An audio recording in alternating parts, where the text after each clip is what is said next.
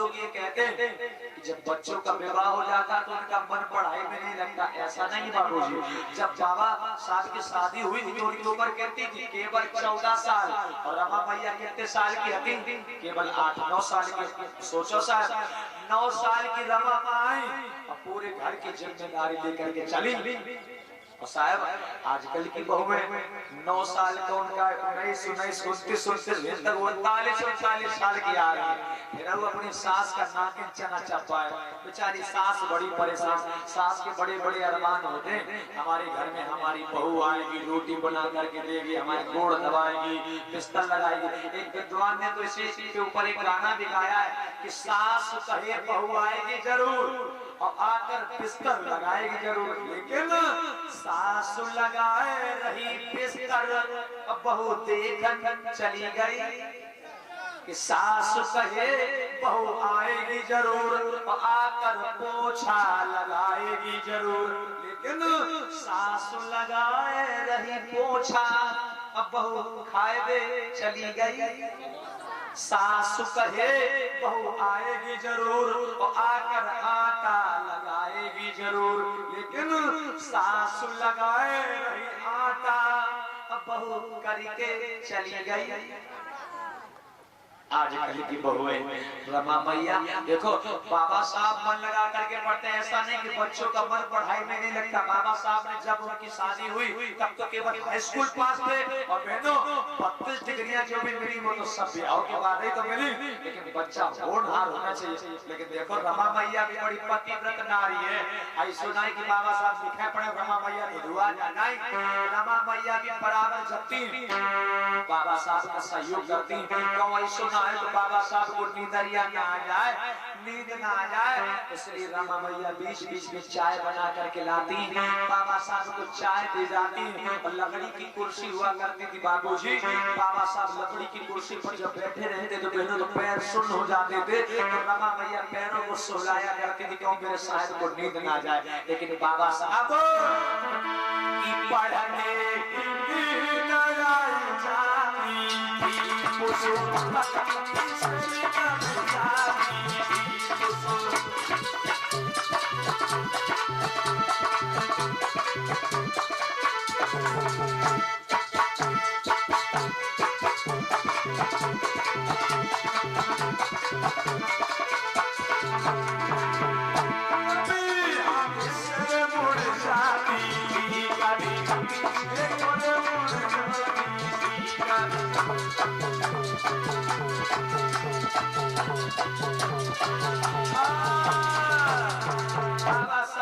से पढ़ाई कर रहे हैं, और रमा माँ देखो चाय बना के लाए, बाबा साहब के गोड़े सहलाए, गोड़े दबाए, बाबा साहब चाय क्यों? क्योंकि बाबा साहब को कोई नींद ना जाए। देखो अपने साहब के पैर दबा रही है, पैर सुला रही है। एक बात और बता दूं, बाबा साहब रमा मैया को कभी रमा कह करके नहीं बुलाते थे, बाबा साहब रमा मैया को प्रेम से रामू रामू कह करके बुलाते थे। और रमा मैया बाबा साहब का कभी नाम नहीं लेती थी, या उनसे कभी बाबा साहब नहीं कहती थी। रमा मैया बाबा साहब को हमेशा साहब कह करके संबोधित किया करती थी, और बाबा साहब रमा को प्रेम से रामू रामू कह करके संबोधित किया करते थे। दादा आज रमा मैया चाय बना करके ला दी और बाबा साहब के गोड़े दबा दी। वो कितनी माताएं ऐसी हैं जो रोज उनके अपने उनके गोड़े दबाती हैं। हाथ उठाओ, ये दबाए मेरे गुरु जी का नहीं चाहते हुए उनके दबाए तो चाचा अच्छो लोगों। आज रमा मैया बराबर सेवा कर रही हैं, अभी तक तो सब अच्छा चलता रहा, लेकिन बाबूजी बाबा साहब के काल पर काल का ऐसा तमाचा बैठा जो बाबा साहब की माँ तो 1896 में ही खत्म हो गई जब 5 साल के थे, लेकिन जो इनके पिताजी थे बहनों आज 2 फरवरी 1913 लगी है। लोगों क्या हुआ जानते हो? अरे 2 फरवरी 1913 की बात बता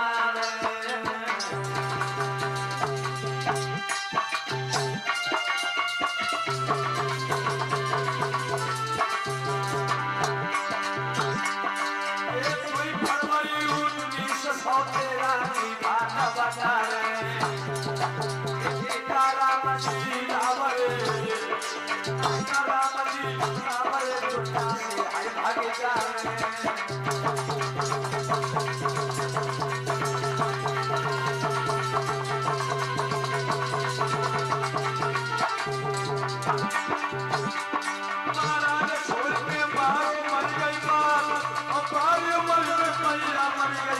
खबर को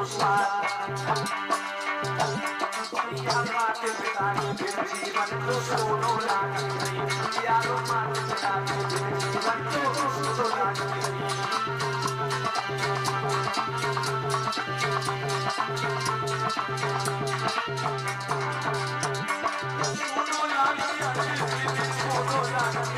यारो माते पिता बोलो भगवान बुद्ध की। 2 फरवरी सन 1913 लगी, 2 फरवरी सन 1913 में बहनों आज बाबा साहब के पिता रामजी राव सतपाल जी का भी निधन हो गया।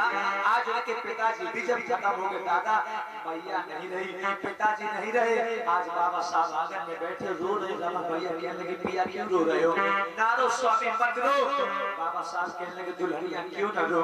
पूरी मैया तो मैं बारी उम्र में छोड़ के चल बसी, मेरे पिताजी का सारा था, मेरे पिताजी भी नहीं रहे, तुम कह रही नारो। रमा भैया कहने लगे पिया रोने से पिताजी लौट थोड़ी आएंगे, अगर रोने से पिताजी लौट आते जानते तो पिताजी नहीं रहे, लेकिन रोने से पिताजी लौट करके नहीं आएंगे, मत रो। देखो लोगों ऐसी पत्नी होनी चाहिए जो अपने पिया का सुख दुख के साथ। आज नारी अपने पति को धीरज बंधा रही, मेरे नौजवानों नारी पति को धीरज बंधा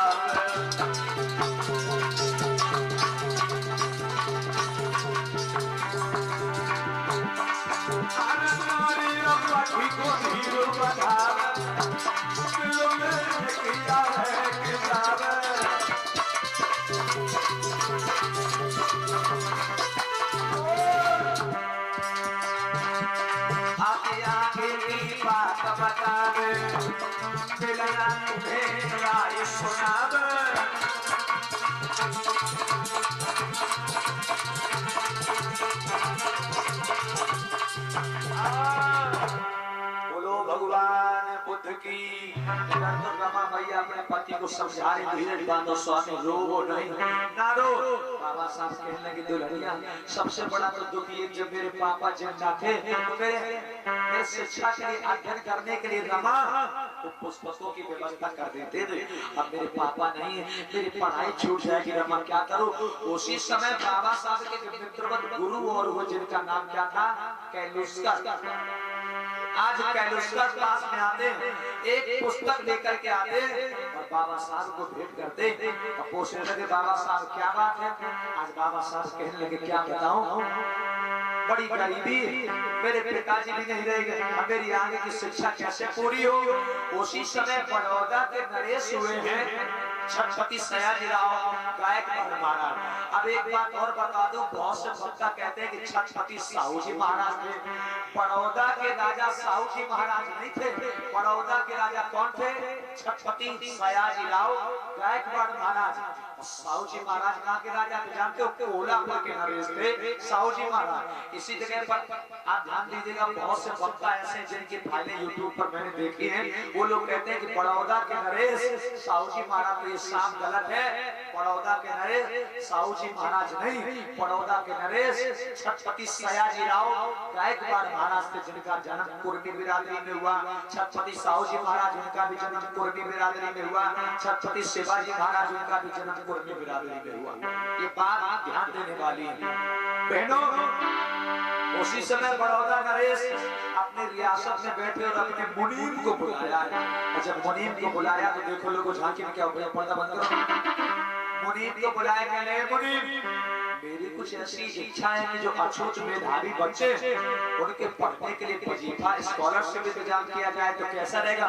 मुनीम कहने लगा महाराज ये तो लोगों के लिए बहुत बड़ी मदद होगी, बहुत बड़ी सहायता होगी। एक काम करो मुनीम, जाओ डुगडुगी पिटवाओ और डुगडुगी को पिटवा करके ऐलान करवाओ कि जो अछूत मेधावी होनहार बच्चे हैं महाराज उन्हें पढ़ने के लिए अपने रियासत से वजीफा देकर ये विदेश पढ़ने भेजेंगे। लोगों आज मुनीम चला है डुगडुगी पीटने। कैसे भैया? अरे दीदी ढोल में चोभ अरे लगा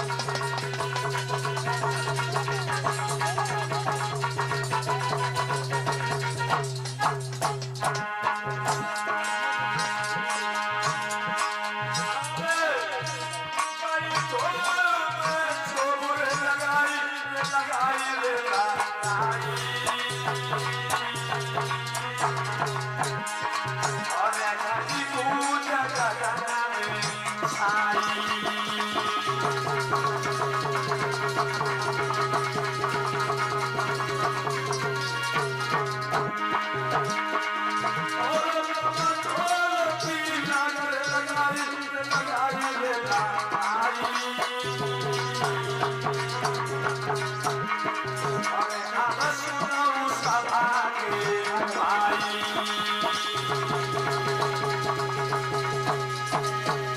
प्रेम से बोलो भगवान बुद्ध की युग युगिया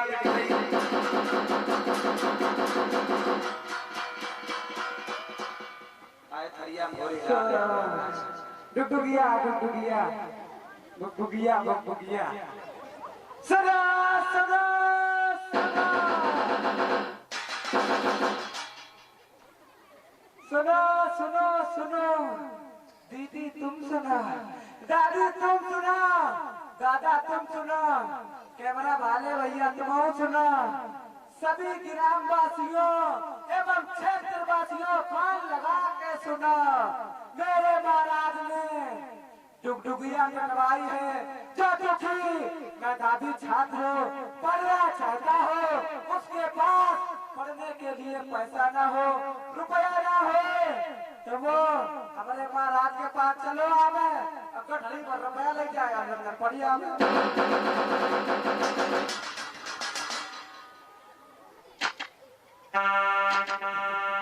आज डुगडुगिया के बाबू जी और यही डुगडुगी बाबा साहब के मित्रवत गुरु थे क्या नाम बताया था कैलुस्कर और जब कैलुस्कर ने सुनी नहीं आज चल रही कैसे चले आगे झांकी में दौड़ करो बाबा साहब को लेकर के चले कैलुस्कर बड़ौदा गणेश के पास बहनों कि बाबा साहब को लेकर कैलुस्कर जब आगे बढ़े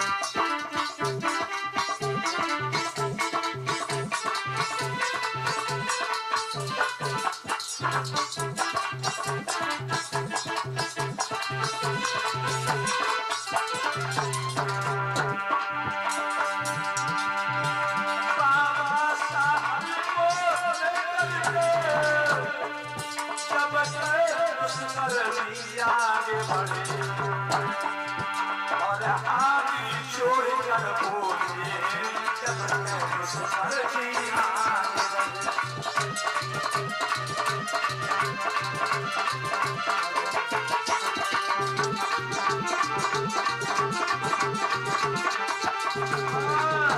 आज कैलुस्कर को लेकर के बाबा साहब जैसे पहुंचे कैलुस्कर हाथ जोड़ करके कहने लगे महाराज महाराज के चरणों में प्रणाम स्वीकार हो कहो बेटा कैसे आया हुआ अरे महाराज आपने कुछ डुगडुगिया पिटवाई है महाराज हाँ वो तो है महाराज हाँ वही डुगडुगिया सुन के मैं आपके पास बड़ी आशा उम्मीद के साथ आया हूँ क्योंकि आपने बोला था डुगडुगिया में जो डुगडुगिया पिटवाई थी आपने कि जो दुखी मेधावी छात्र हो पढ़ना चाहता हो उसके पास पढ़ने के लिए पैसा ना हो मैं उसको विदेश भेजूंगा उसी बात को लेकर के मैं आपके पास आया हूँ ये अम्बेडकर है ये पढ़ने में बहुत ही होशियार है इनके पास पढ़ने के लिए पैसा नहीं है क्योंकि इनकी माँ भी नहीं है इनके पिता भी नहीं है बहुत ही आशा उम्मीद के साथ आया हूँ और ये पढ़ने में बहुत होशियार है अच्छा से पूछ ले चलो तो कोई बात नहीं होशियार है इधर आओ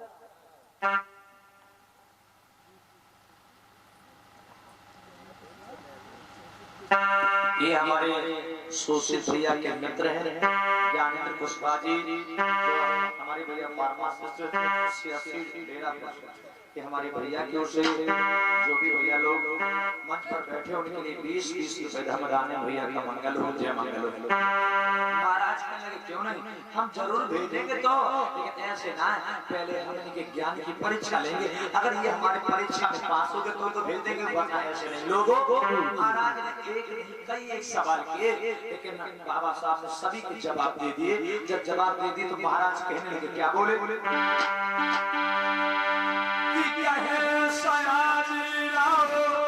अमेरिका जाओ पूत बनधारी और मेहनत से तो बकरिया मेरे बेटा को पढ़ाई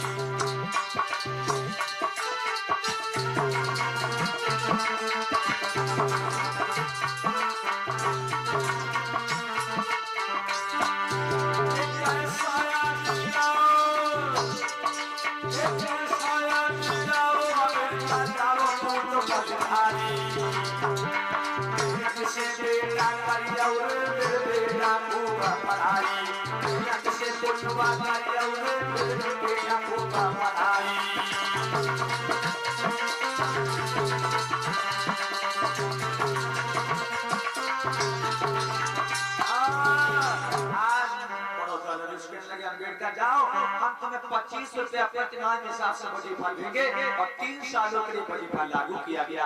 लेकिन एक शर्त रखी गई, कौन सी? अम्बेडकर, हम तुम्हें वजीफा तो दे रहे हैं, लेकिन जब 3 साल तुम्हारे पूरे हो जाएंगे तो तुम्हें हमारी रियासत में रह करके नौकरी करनी पड़ेगी, नौकरी हम देंगे और हमारी रियासत में रह करके नौकरी करके तुम्हें 1-1 रुपया अदा करना पड़ेगा। बाबा साहब कहने लगे बिल्कुल महाराज, हम 1-1 पैसा अदा करेंगे। आज बाबा साहब को 25 रुपए मिलते हैं, 100 रुपए और दिए महाराज ने विदेश जाने के लिए। आज बाबा साहब बड़े मगन होकर के लोग लौट करके घर आंगन में आए। अब बैठे जब लौट के घर आंगन में आए, रमा मैया बैठी और देखो लोग झांकी में क्या भाव है। आज रमा मैया बैठी, बाबा साहब पहुंच गए और रमा मैया पूछने लगी, बाबा साहब आज तो बड़े मगन हो, इतो तो मगन हमने तुम्हें कबू ना देखो, आज ऐसा काम मिल गो बड़े मगन हो। बाबा साहब कहने लगे, लागू तू जानती है बड़ौदा नरेश ने हमें वजीफा दे करके विदेश पढ़ने का मौका दिया। रमा मैया कहने लगे, पिया वास्तव में ये तो बड़ी अच्छी बात है। आज रमा मैया दौड़ करके अंदर गई, इटैची ले आई और इटैची में बाबा साहब के सबड़े उड़ना लगता कपड़ा भला ये बाबा साहब के हाथ में दे दिए, बाबा साहब के हाथ में। और जो ही बाबा साहब के हाथ में इटैची दे, नौजवानों आज रमा मैया के आंसू छल से आंसू छलक गए। जो ही आंसू छलके रमा मैया के आंख से लोगों, बाबा साहब कहने लगे, रमा तू क्यों रो रही है? इसलिए रो रही कि मैं दूर जा रहा हूँ। जैसे बाबा साहब की बात सुनी, रमा कहने लगी, नहीं नहीं पिया, मैं इसलिए नहीं रो रही हूँ क्योंकि मेरे पति दूर जा रहे हैं। अरे फिर तो क्यों रो रही है? आज रमा मैया कहने लगी, पिया मैं कितनी अभागन पत्नी हूँ, मैं कितनी अभागन स्त्री हूँ कि मेरे पिया परदेश जा रहे। और पिया घर में होती जो आधी रोटी तो तुमको देती खवाई, घर में होती जो फटी रजैया तुमको देती उड़ाई।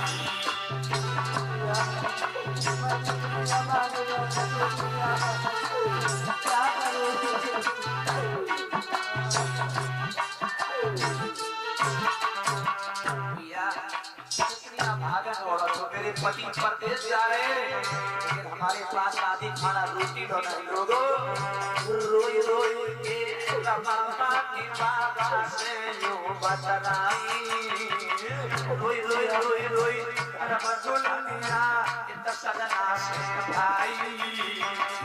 जाओ स्वामी चले जाओ तुम करना खूब पढ़ाई।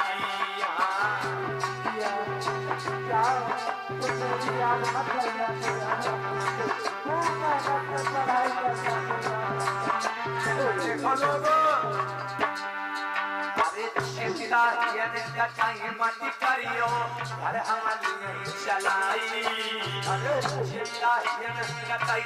करियो घर हमारी चलाई। साहब पढ़ियो करियो पढ़ाई।